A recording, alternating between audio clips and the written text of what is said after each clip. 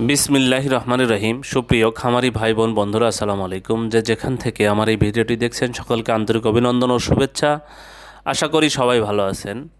প্রতিদিনের মতো আজকে নতুন আরেকটি ভিডিও নিয়ে আসলাম, যা আপনাদের অনেকের হয়তো উপকার হবে এবং আপনারা কমেন্টসে জানিয়ে দিবেন যে আমি যে কথাগুলো বলছি এটার মতামতগুলো।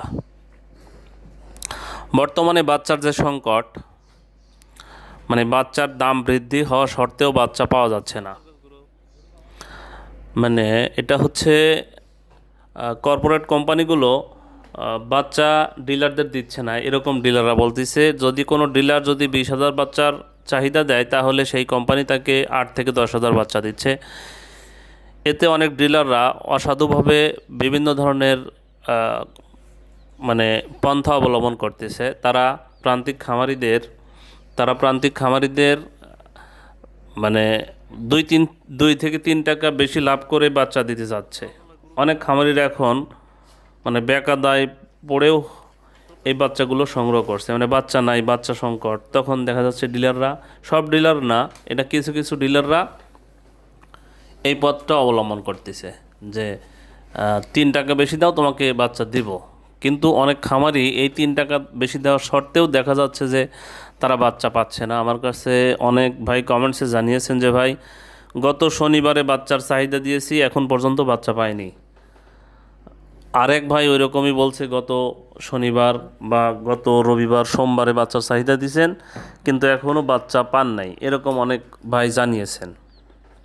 তো আপনাদের যারা এই বাচ্চার বিজনেসটা করেন, তারা যদি আমার এই ভিডিওটি দেখে থাকেন, তাহলে একটি কথা বলবো যে আপনাদের এমন কোনো মাধ্যম আছে কি না যে ডিলার ছাড়া অন্য কোনোভাবে এই ব্রয়লারের বাচ্চাটা সংগ্রহ করা যায়। যদি ডিলার ছাড়া অন্য কোনোভাবে আপনারা এই ব্রয়লারের বাচ্চাটা সংগ্রহ করতে পারেন বা বিক্রি করতে পারেন, তাহলে অনেক প্রান্তিক খামারিদের উপকার হবে। তারা এই ডিলারদের পায়ে পায়ে ঘুরে বা তাদের হাতে পায়ে ধরে তাদের তেল মালিশ করে বাচ্চা নিতে হবে না। তাই যদি কোনো ভাই, মানে সহৃদয়বান ব্যক্তি ভাই, যদি খামারিদের উপকার করতে চান, তাহলে ডিলার ছাড়া অন্য কোনো মাধ্যমে আপনারা বাচ্চাগুলো দিতে পারবেন কি না, সেই ব্যাপারে যদি ইনশিওর করতে পারেন, তাহলে অনেক ভাইদের উপকার হবে। সেটা আপনি কমেন্টসে জানিয়ে দিবেন। কেননা এই ডিলাররা যে অবস্থান নিয়েছে বর্তমানে, সেটা এই বাচ্চা সংকটের কারণে তাদের আরেক ধরনের বিজনেস সিস্টেম করে নিয়েছে।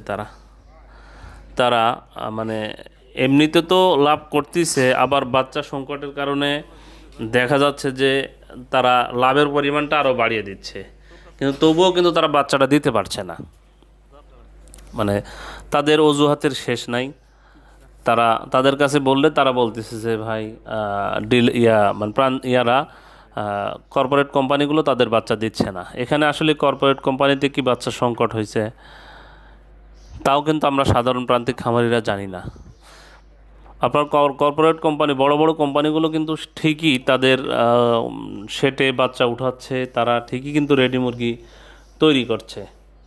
এদিকে দেখেন মুরগির দামও কম। এই মুরগির দাম কবে বৃদ্ধি পাবে সেভাবে এখনও সঠিক তথ্য পাওয়া যাচ্ছে না। তো এই অবস্থায় যদি এই বাচ্চার দাম এমনি বেশি, আবার যদি বাচ্চা সংকটের কারণে ডিলাররা বাচ্চার দামটা আরও বেশি ধরেন, তাহলে কিন্তু খামারিদের অবস্থা খুব বেশি খারাপ হয়ে যাবে। এই সেক্টর কিন্তু টিকে থাকবেই না। এই সেক্টর টিকে রাখতে হলে কিন্তু বিভিন্ন ধরনের আমাদের পথ অবলম্বন করতে হবে। যেমন কিছু কিছু ভাইয়েরা বলছেন যে তারা হাতে খাদ্য তৈরি করে কিন্তু ব্রয়লার মুরগিকে খাওয়াচ্ছেন বা বিভিন্ন সিস্টেমে খাওয়াচ্ছেন। আপনারা পারলে এই সিস্টেমগুলো দেখে নেবেন, তাহলে খরচটা হয়তো অনেক কমে যাবে। যাই হোক, আমি সেই কথাটা বলবো না। আমি যেটা বলবো সেটা হলো, এই ডিলার ছাড়া অন্য কোনো মাধ্যমে এই বাচ্চাটা সংগ্রহ করা যায় কি না। ডিলার ছাড়া যদি অন্য কোনো মাধ্যমে বাচ্চাটা সংগ্রহ করা যায়, তাহলে কমেন্টসের মাধ্যমে জানিয়ে দিবেন।